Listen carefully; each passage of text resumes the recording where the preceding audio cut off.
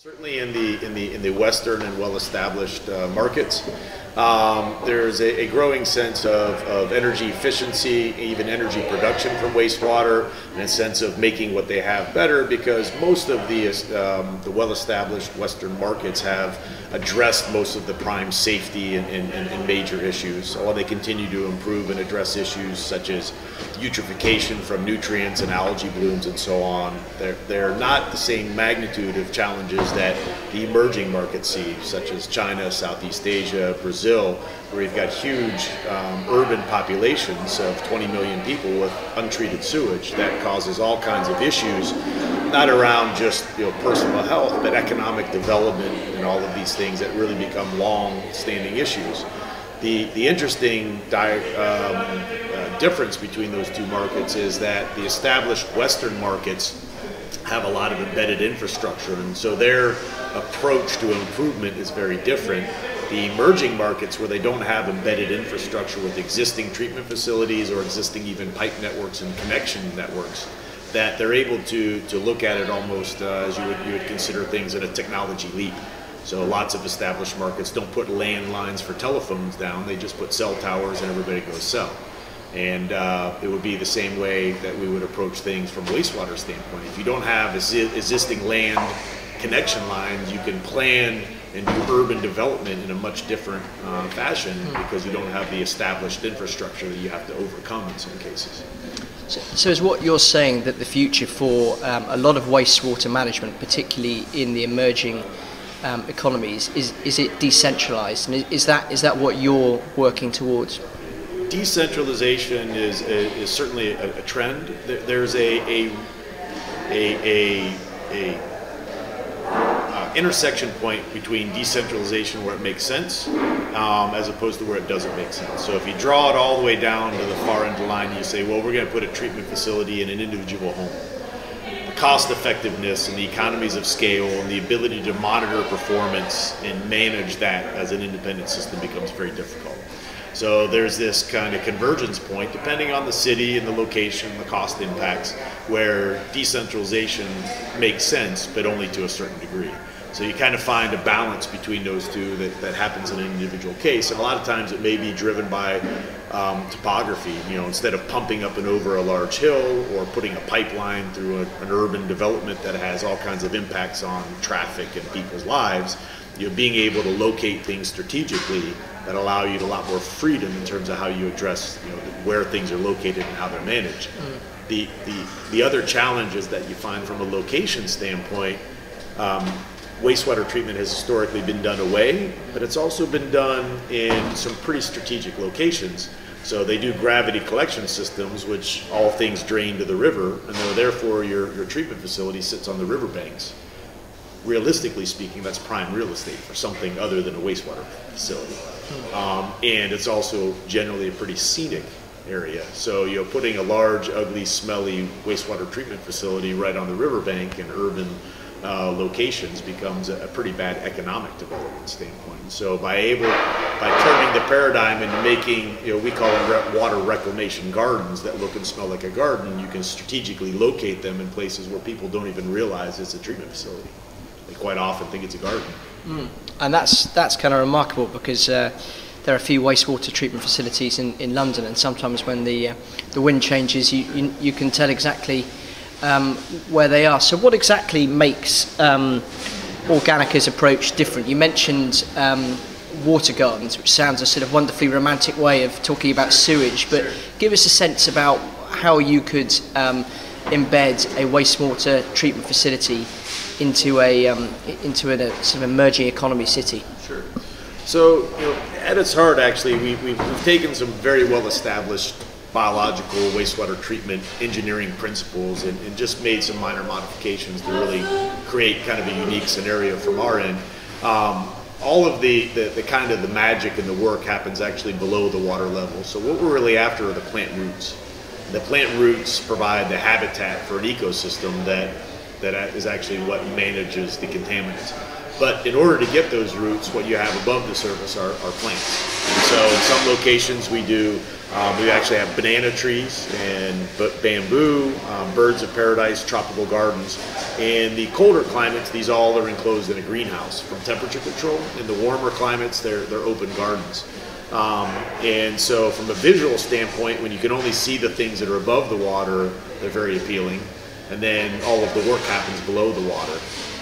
But you're able to manage things around visual perception as well as odor control much differently in that context, and therefore you can locate them. We have one facility in Hainan Island in China that's in the middle of a traffic circle. So they have wasted space in the middle of a traffic circle that was unreachable for a commercial enterprise, undevelopable from a property standpoint. Who wants to live in the middle of a traffic circle? So the easiest location for them of unusable space was the traffic circle. But if you're going to put it in the middle of the traffic circle, you can't put a big, ugly, smelly, hundreds of people drive by it every day.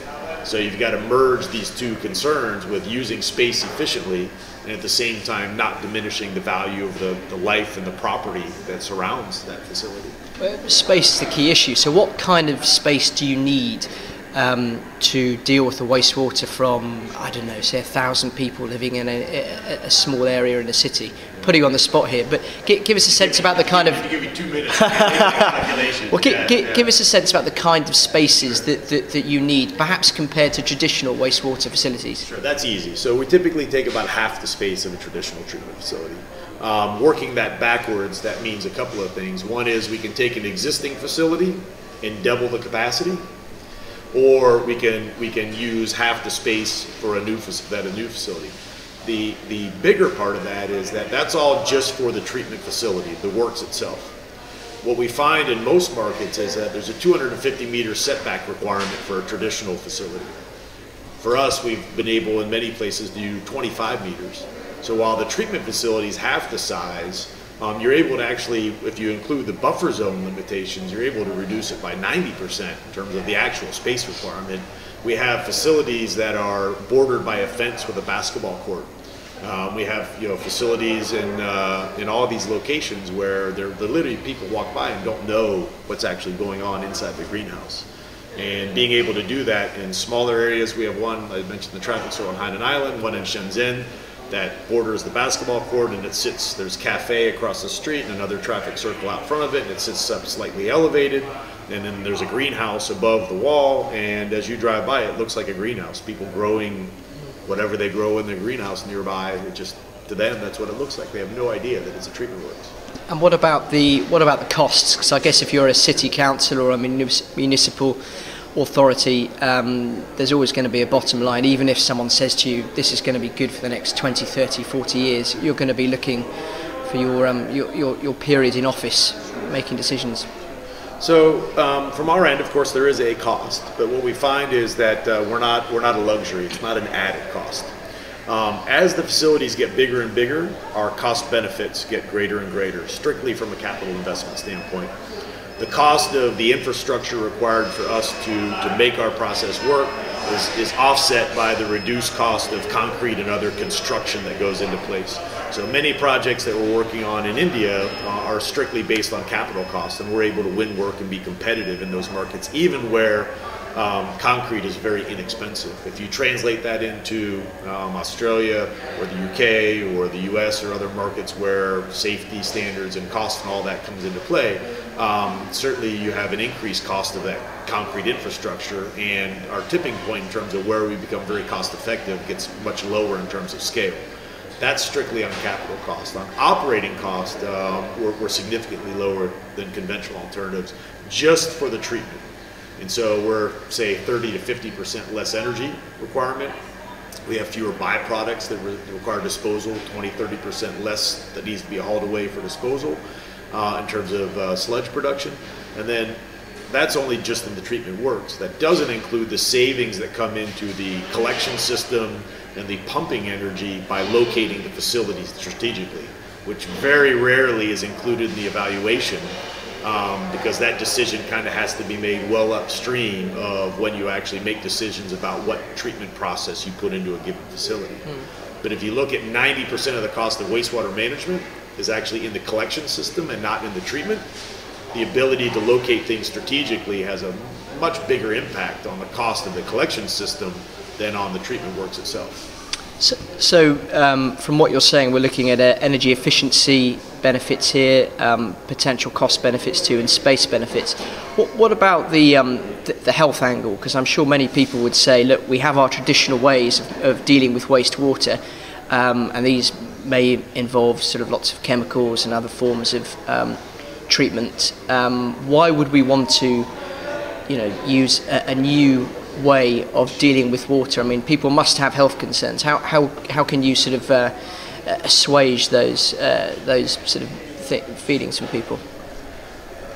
In all the markets we work in, we have to meet the same standards that any other facility, process, technology would need to meet. Those standards are set, government regulations. We're able to meet or exceed all of those. We do lots of work on reuse. Primarily those reuse projects tend to be irrigation or cooling towers or other industrial. Potable reuse has really not come into the mainstream these days, although it's technically very feasible. Whole separate topic on that. But nonetheless, from a water quality standpoint, health and safety standpoint, we would meet or exceed any of the requirements legally, but also a lot of what the other technologies can meet as well.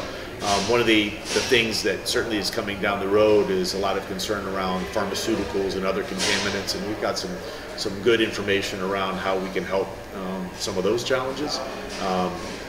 And at the end of the day, that's going to be something that becomes more and more visible in the long run. Well, there's not a regulatory profile on that today. But from a health and safety standpoint, we would meet or exceed any of the existing requirements.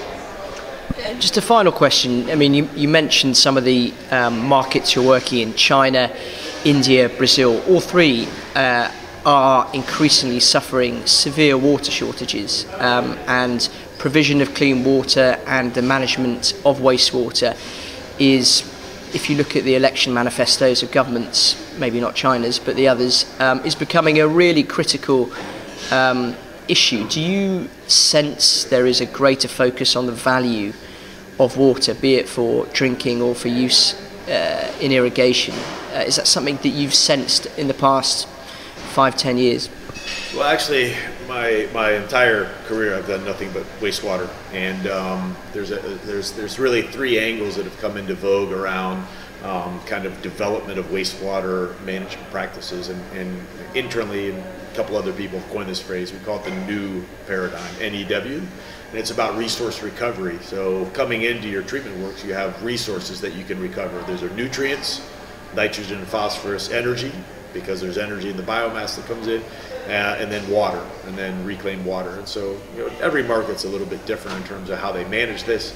It can be reducing the impact on the potable water supply by doing reuse for industrial. It can be recharging aquifers with wastewater that is treated appropriately and then percolates through the ground. Some places, certainly there has been some potable reuse. Singapore has their new water program, and the first potable reuse project actually was in Windhoek, Namibia, where they put it back into the lake and then they pull their drinking water out of that. The ironic part of all that is when you reference Brazil, India, China, China has taken the most proactive approach. They've made it a government issue. They've set very tight deadlines in terms of timeline, but also very strict water quality standards, and that's actually our biggest market right now. There's a tremendous amount of focus and effort around water quality and water issues and environmental standards in China, which is a very interesting change, and they're moving much faster than many of the other markets in terms of how they address it. One of the benefits of a pretty clear chain of command in terms of how and when things get done.